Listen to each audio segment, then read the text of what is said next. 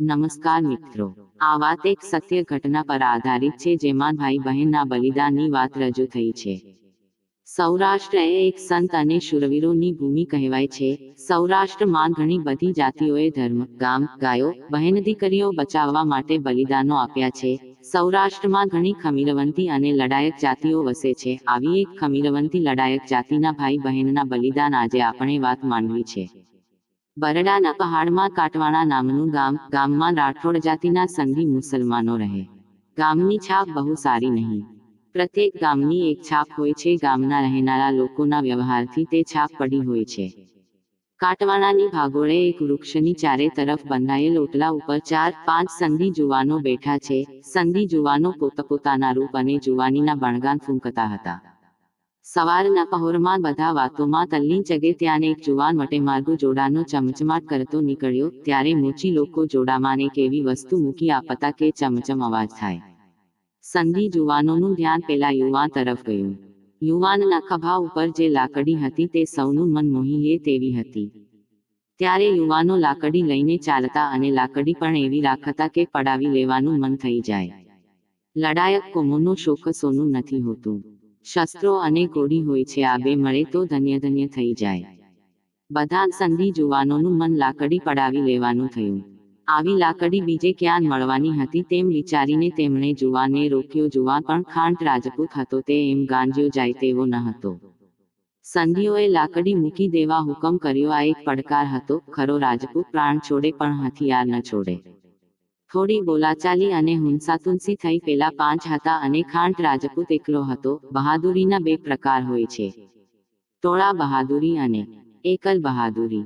ખાંટ રાજપૂત જુવાન એકલ બહાદુર હતો. સંધીઓના ટોળાને જોઈને તે જરાય ડર્યો નહીં. તેને લાકડી જમીન ઉપર ફેંકી દીધી અને કહ્યું, જેની માને સવાશેર સૂંઠ ખાધી હોય તે લાકડી ઉપાડે. એક સંધી જુવાન ઊભો થયો અને ડોળા કાઢતો લાકડી પાસે ગયો. જેવી લાકડીને હાથ અડાડવા જાય છે ત્યાં ખાંટ રાજપૂત યુવાને ફાંટમાં રાખેલા અણીદાર પાણાનો એવો ઘા કર્યો કે સંધી જુવાન ચીસ પાડીને બેવડ વળી ગયો.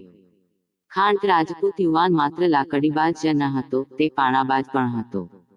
તેનું નિશાન અચૂક હતું અને તેનો પાણો બંદૂકની ગોળી કરતા પણ ભીષણ હતો. પેલા સંધી જુવાનું કમરનું હાડકું ભાંગી ગયું.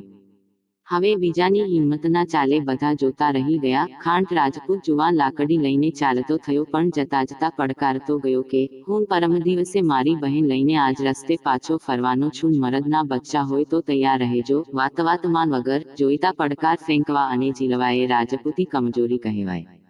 બોલતી મર્દાનગી કરતા મૂંગી મર્દાનગી વધુ દીપી ઉઠતી હોય છે. બોલતા તે બોલી ગયો પણ પછી તેને થયું કે વગર જોઈતો આવો પડકાર આપવાની જરૂર ન હતી. આ તો સામે ચાલીને ઝઘડો બોલાવ્યો. પણ જે થયું તે થયું. ખાંટ રાજપૂત જુવાન બહેનના ઘેરે અમરદળ ગામ પહોંચી ગયો. બહેનને તેડવા આવેલા ભાઈને જોતા જ બહેન હરખી ઉઠી. મારો ભયલો, મારો ભયલો, મારો વીરો કહેતી સામે દોડી. ભાઈ એક દિવસ અમરદળ બહેનના ઘરે રોકાઈને બહેને ભાઈની મહેમાનગતિ કરીને બંને ભાઈ બહેન પરમ દિવસે પોતાના ગામ રાણપુર જવા નીકળ્યા. ત્યાં પાછું કાટવાણા ગામ આવ્યું. આમ એ ચોકડી કારસો રચી રહી છે ત્યાં પેલા ભાઈ બહેનને આવતા નજરે પડ્યા. માળે વચન પાડ્યું હું. એક સંધી યુવાન બોલ્યો. ખાંટ રાજપૂત જુવાન વાતને સમજી ગયો. બધા પેંદરો બાંધીને તૈયાર બેઠા હતા. બધા સંધી યુવાનો ઊભા થઈ ગયા. સૌના હાથમાં હથિયાર હતા. થોડે દૂર ઊભા રહીને ખાંટ રાજપૂત જુવાને પડકાર કર્યો, શું વિચાર છે?